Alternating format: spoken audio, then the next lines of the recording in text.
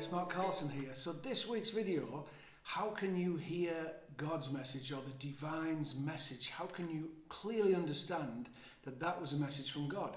Well, look, what we've got to recognize is that life is essentially God. Anything that's alive is God. Anything that's vibrating, and what we know, of course, is that everything's vibrating, even the solid objects are vibrating. So everything is part of the life force, and the highest frequency of the life force is what we know of as God. Now, there are a few different ways that we can understand how God is talking to us, but the most obvious, the easiest one, is when a person shows up in front of you, then listen to them.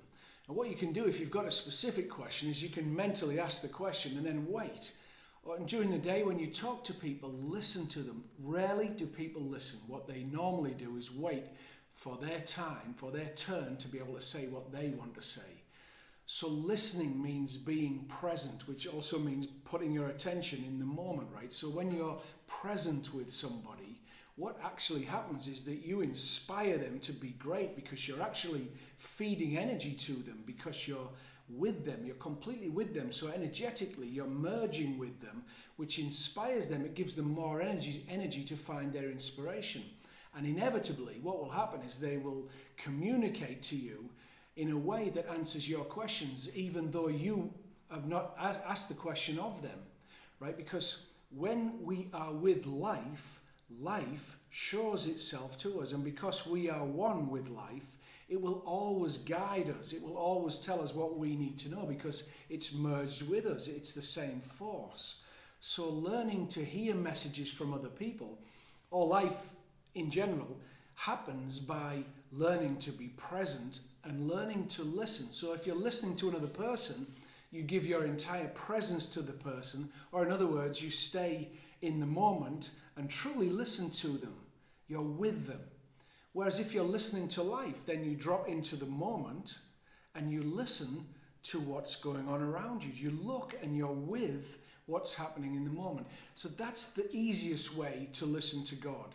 It's incredibly, well, it's the easiest to understand. I don't say it's the easiest because learning to be present takes time. That's why meditation is so good for us, because it's literally a training technique to get us to bring our attention to where our body is, because we've been trained to have our attention in this library, and we revere all the information that we learn, and we revere people who have more intellectual understanding in this area. Now, is there anything wrong with that? No, it's great, but it needs to be coupled with the heart. Otherwise, it's not valuable, right? Because it's just cerebral dead information here. It's only valuable, really valuable, when it's with heart, because when it's with heart, it will merge with the life force and it will always want to assist everyone. So learning to listen to people by being present with them, learning to listen to life, the moment you find yourself, by being present. Meditation is the key to doing that because it teaches you to be present. But also you can look at your sleeping dreams. You know, it takes 13 billion brain cells to initiate a dream. And there are possibly many people on the planet that never dream because they don't have that many cells. But I know you're not one of them because you're here listening to this. So 13 billion brain cells to initiate the dream.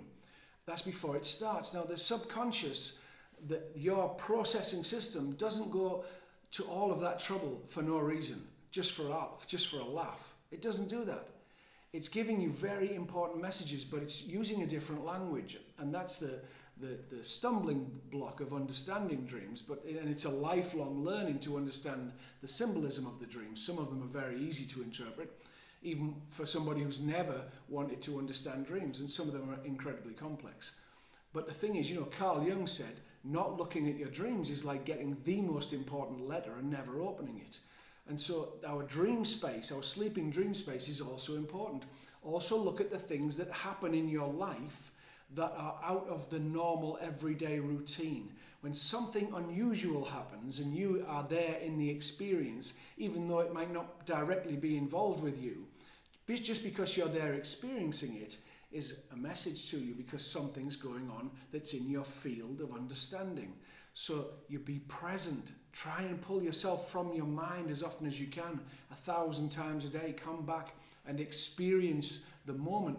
Your body's always in the moment, but your mind is, your attention is rarely in the moment. It's usually in its thought and thinking about something, thinking about things in life instead of experiencing life where it's at. And as I said, it's easy to understand this, but it's much more difficult to administer. But we must do it because life gets better, because then when you're with the moment, you can hear what the moment or God is telling you, and it only tells you things that are in alignment with your heart when you get these real messages. Also, when you're in the moment, you might get a drop of inspiration, like, oh, that's what I need to do, because you're calm and peaceful in the moment.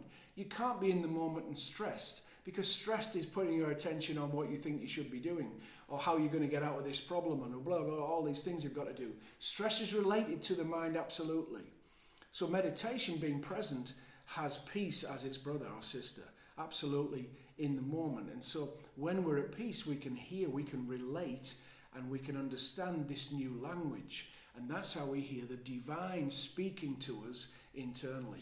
And of course, this language, then the more you're able to stay present, then the more you're able to understand the subtle messages that come from your inner world, from your feeling world. The feeling world is happening in the moment, right? You might be able to remember a feeling, but when you remember a feeling, the feeling you remember comes back, right? That's why if you keep looking at things that went wrong, you'll get the feeling of it going wrong, and then you'll manifest it again, because it's our feeling state that manifests reality for us, because everything's a vibrational match. So if I have a fearful vibration going on inside of me all the time, I'll validate it in the outer world to prove, yes, there's something to be afraid of. So I don't want to be involved in things that make me afraid. I want to be involved in generating a loving, calm, peaceful experience in my inner world, and that's how. And then the world will follow that. That's when I'm directing things. And one of the areas of that is learning to listen to life. And people are the easiest one, because they show up all the time. So listen to them. Give them your attention. They'll love you for it, because that's what we all want. We're all looking for attention. That's why everybody wants to speak all the time. Let me tell you about me. It goes on a lot. And so when you learn to listen and give someone attention, they'll respect you, and you'll get the information you need. Have an absolutely fantastic day when you watch this. I look forward to talking to you again next week. Thank you so much.